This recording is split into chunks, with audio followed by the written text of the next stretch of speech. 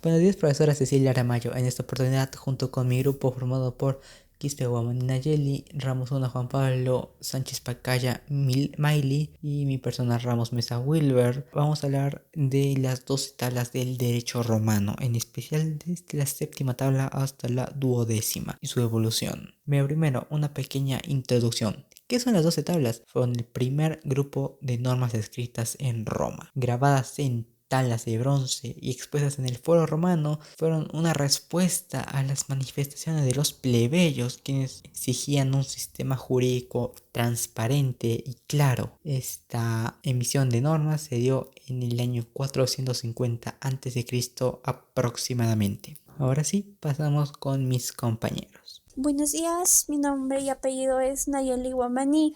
En esta ocasión les voy a hablar sobre la tabla 7 y 8. Acá primeramente la tabla 7. La tabla 7 se centraba en el derecho de propiedad y también el territorio ajeno y también en las acciones legales. Podríamos decir de que las tablas también se han sido perdidas, pero han sido reconstruidas por formas secundarias, análisis, legislaciones romanas. Les voy a decir conceptos claves sobre la tabla 7. Acá juega más el propietario como dueño de una propiedad. El propietario tiene derecho a recuperar su propiedad, digamos, ha sido robada o también ha sido usurpada. También podríamos decir que la tabla 7, pero ha sido muy importante para el derecho romano y también para proteger la propiedad privada. Era como una fuerza que les daba lo utilizaban para eso, para proteger sus bienes. Después, la servidumbre,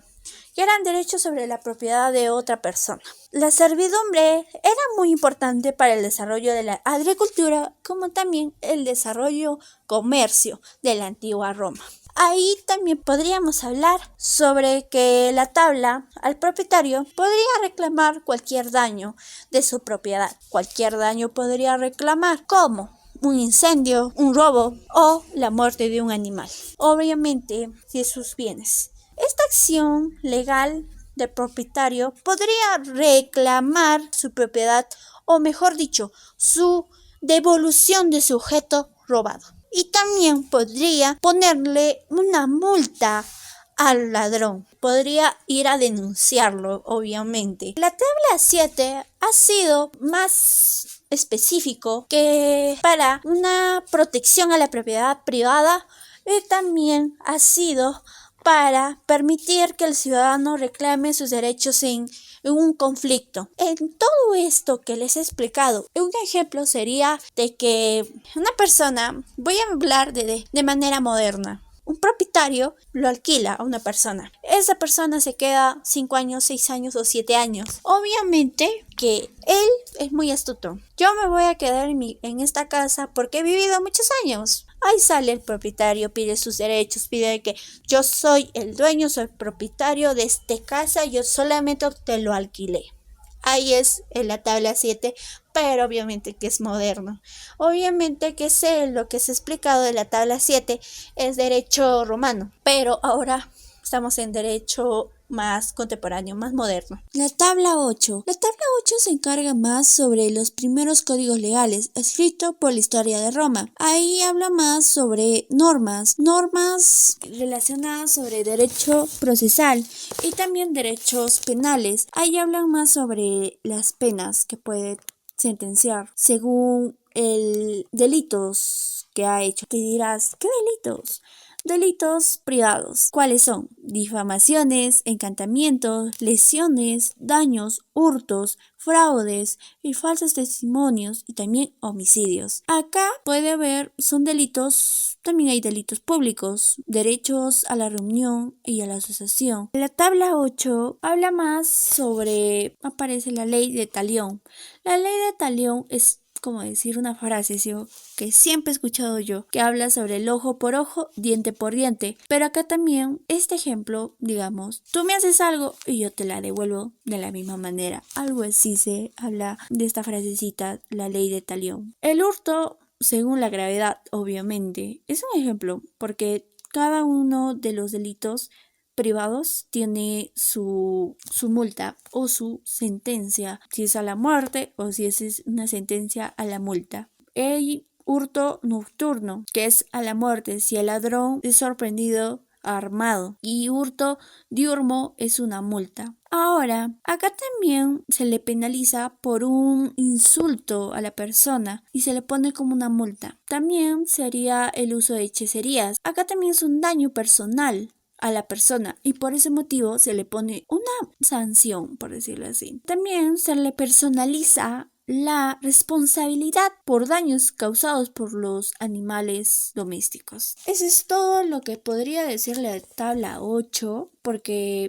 como un derecho penal refleja más sobre la importancia de los temas de la vida cotidiana de los romanos. Capaz ha habido una lesión o ha habido también homicidios, puede haber de muchos motivos, ¿sí o no? La ley de las tablas fue el primer código legal escrito en la antigua Roma. Su objetivo era establecer normas claras y justas para los ciudadanos, evitando así abuso por parte de los magistrados. Continuando con la tabla 9, Derecho Penal y Justicia, establece normas fundamentales sobre los juicios y castigo a los delitos. Algunos de sus principales y más importantes puntos son la igualdad ante la ley, que se prohíben que hagan leyes para favorecer a un grupo o a una sola persona. El castigo a la corrupción. Todo juez que acepte sobornos debe ser condenado a la muerte. Derecho a la apelación. Un ciudadano condenado puede apelar su sentencia ante la Asamblea del Pueblo. Condena a la traición. Aquellos que traicionan a Roma deben ser castigados severamente. Estas normas garantizan la justicia y el control del poder a los magistrados, evitando abusos en los juicios. Siguiendo con la tabla 10 de normas religiosas y funerarias, que se enfoca en la religión y las costumbres funerarias, ¿no? Algunas de esas reglas más importantes son la prohibición de entierros lujosos. Se establecían límites a los gastos de los funerales para evitar el derroche. Respeto a los cementerios. No podían mover los cuerpos ni profanar ninguna tumba. Regulación a los ritos funerarios. Se restringen las manifestaciones excesivas del duelo, como los llantos exagerados. Estas normas reflejan la importancia de la religión en la sociedad romana y el respeto a los muertos. En conclusión, las tablas 9 y 10 de la ley de las 12 tablas fueron fundamentales para la organización de la justicia en la vida social de Roma.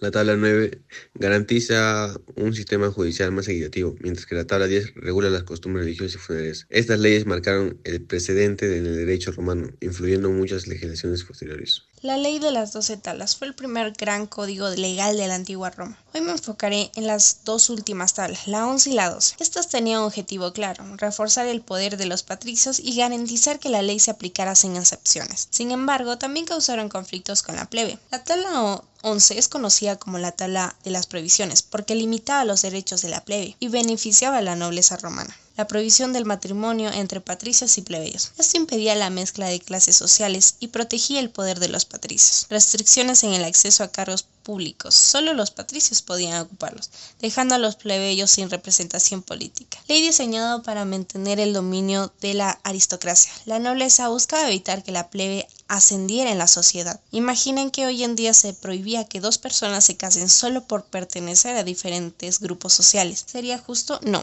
En Roma esto generó un gran descontento y más tarde, en el 445 a.C., la ley Canuleia permitió los matrimonios entre patricios y plebeyos. En pocas palabras, la tabla 11 consolidó las diferentes sociales en Roma, pero también provocó luchas que más adelante llevarían a cambios en la ley. La tabla 12, aplicación de la justicia. Mientras en la tabla 11 creaba desigualdad, la tabla 12 se centraba en aplicar la ley de manera estricta. La confirmación de la ley de las 12 tablas es la suprema.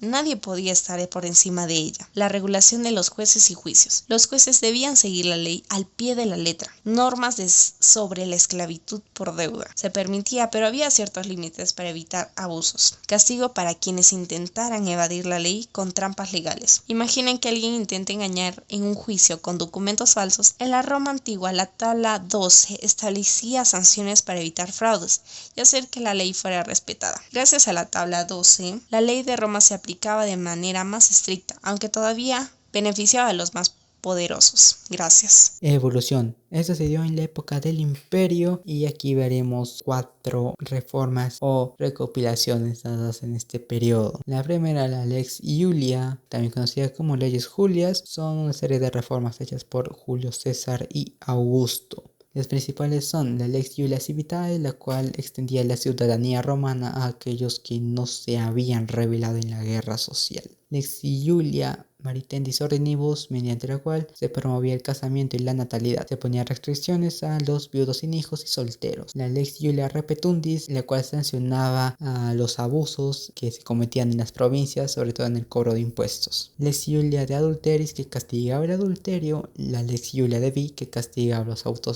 actos violentos. Y por último la Lex Julia Municipalis, que regulaba la administración de las ciudades que estaban fuera de Roma. El Edictum Perpetuum, también conocido como Edicto Perpetuo, fue una recopilación hecha por Adriano de los edictos pretorianos. ¿Quiénes son los pretores? Los pretores son los jueces de Roma. Ellos se encargan de corregir o ampliar las 12 tablas mediante sus edictos. Estos llegaron a ser muy numerosos y muchas veces contradictorios. Es por eso que Adriano los recopila en un solo código, el que nombra Edictum Perpetuum, el cual servirá como guía para los próximos pretores. El edicto de Caracalla, emitido por el emperador Caracalla, fue una reforma por la cual extendía la ciudadanía romana a casi todos los habitantes libres del imperio, con la finalidad de unificar al mismo y recompensar a los súbditos, pero con la finalidad oculta de aumentar la recaudación de impuestos. Por último tenemos al Corpus Juris Civilis, dado por el emperador Justiniano del Imperio Bizantino, también conocido como Imperio Romano de Oriente. Tuvo como objetivo la recopilación de las leyes desde el siglo II después de Cristo en un solo código organizado y coherente. Se divide en 4 partes. La primera, el Codex Justinianus, que fue una recopilación de edictos imperiales y constituciones desde el siglo II después de Cristo hasta la actualidad, eliminando las contradicciones y leyes obsoletas. El Digesto Pandectas, que fue una recopilación de opiniones y escritos de los juristas más importantes de la época. Tenía la finalidad de sistematizar la jurisprudencia romana. Tenemos las Institutiones, que era un manual de enseñanza para estudiantes y nuevos juristas. Aquí se explicaban los principios del derecho romano. Tenemos las Novellae Constitutiones, que son las nuevas leyes que dio Justiniano después del Codex Justinianus. Eso sería todo. Muchas gracias, profesor Aramayo, por su atención y hasta luego.